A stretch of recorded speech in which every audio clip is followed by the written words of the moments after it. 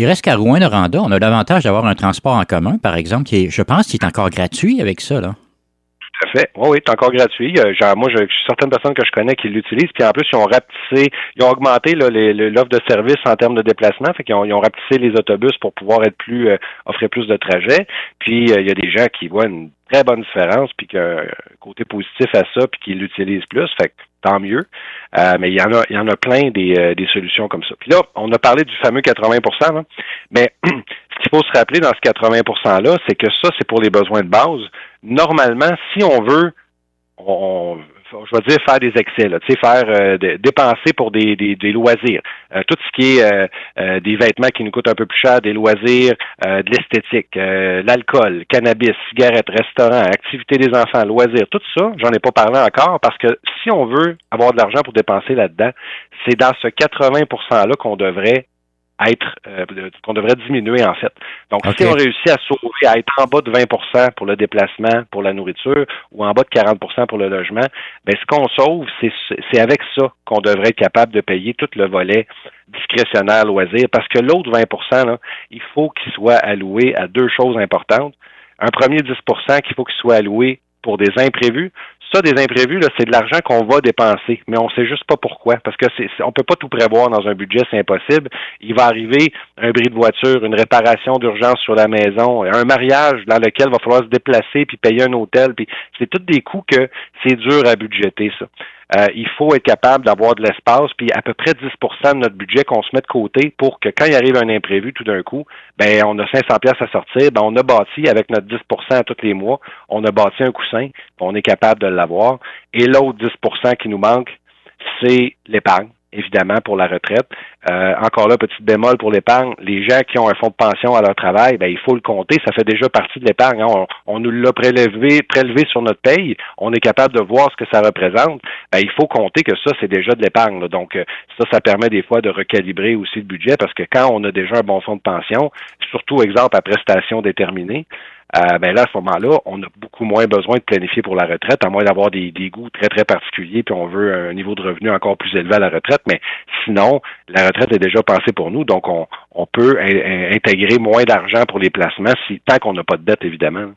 Oui, l'idée est là aussi. Les dettes, c'est important parce que c'est les dettes qui nous retardent beaucoup. Oui, quand je parle du 10% pour l'épargne, ben la priorité avant de penser à l'épargne, c'est de payer les dettes. Parce que souvent de l'épargne, on va générer, si on est très agressif, on va générer, exemple, du 10%, mais si on l'est moins, on va générer du 5%. Donc, ce serait pas intelligent de payer une dette à du 15% ou une carte de crédit à 22%, de la garder, cette dette-là, pour faire des placements de l'autre côté. Donc, il faut vraiment commencer par idéal. De façon simple, c'est pas toujours ça pour tout le monde, mais payer ses dettes et après ça, on place l'argent pour le futur.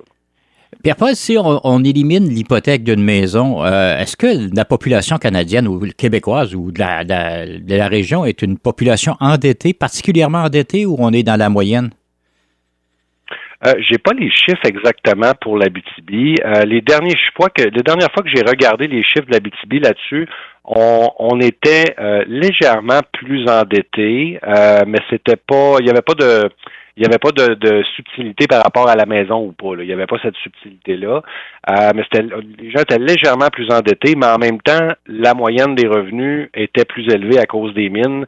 Et souvent, cette catégorie de personnes-là s'endettent très jeunes, très rapidement. Fait que ça fait des jeunes plus endettés, mais des jeunes qui gagnent plus de revenus. Donc, c'était quand même... Ça se maintenait quand même. C'est sûr qu'il y a toujours encore le fameux stéréotype du mineur qui commence à travailler puis un mois après, il s'achète un pick-up flambant neuf, chose que je ne recommanderais jamais à personne. Un véhicule, autant que possible, là, il faut avoir l'argent pour se le payer. Et ça veut dire avoir une sécurité d'emploi. Puis c'est pas vrai qu'on a une sécurité d'emploi après un mois de travail. On a une sécurité d'emploi quand ça fait quelques années qu'on est à l'emploi, puis que là, on choisit de dire OK, ben là, je suis pas mal safe dans mon emploi. Ben là, je vais m'acheter un bien que je veux garder pour longtemps.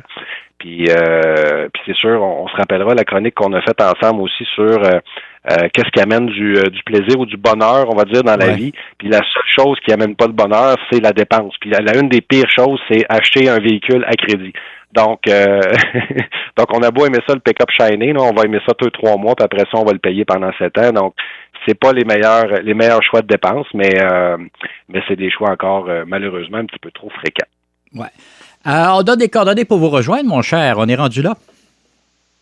Oui, les gens peuvent nous joindre au 1-844-LACASSE. Ils peuvent aller voir notre site Internet sur lacassesyndic.com. Ils peuvent nous écrire au info@lacassesyndic.com. Puis ils peuvent aussi nous parler sur Facebook ou LinkedIn. On répond à toutes les questions des gens qui veulent nous poser des questions sur les finances.